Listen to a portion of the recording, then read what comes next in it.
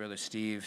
Well, we have finally come to the last chapter of the Epistle to the Hebrews, and it has been quite the adventure so far, as really any book of the Bible normally is, but especially Hebrews, just so that you all understand, Hebrews in the pastoral preaching world, I guess you could call it that, it is considered one of the toughest books in the Bible to preach on, especially if you do it the way that I do, okay? You guys know this, I preach expositorily. I try to go verse by verse through the text of Scripture, and so that doesn't lend itself to easy sermons oftentimes. There's a lot of hard passages, especially in Hebrews, to interpret, let alone to be able to take those tough truths and be able to apply them properly to each of our lives, which makes it really tough.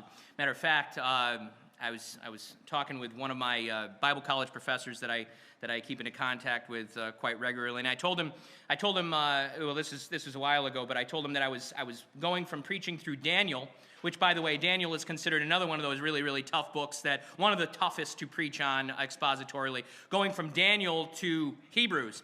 And his response to me was, well, you must be a glutton for punishment there, Tim. You know what I mean? And so that's probably true, but I've enjoyed my time in Hebrews, and I'm going to enjoy the last couple sermons that we have in this book as we begin the last chapter today. But as we enter into the final chapter, one thing that you're going to notice as we go through this particular chapter is that it is immensely, immensely practical, immensely personal, and very much applicational. While the book itself in its entirety, I would argue, again, is one of the deepest and most really theologically rich books in the New Testament. Okay, you delve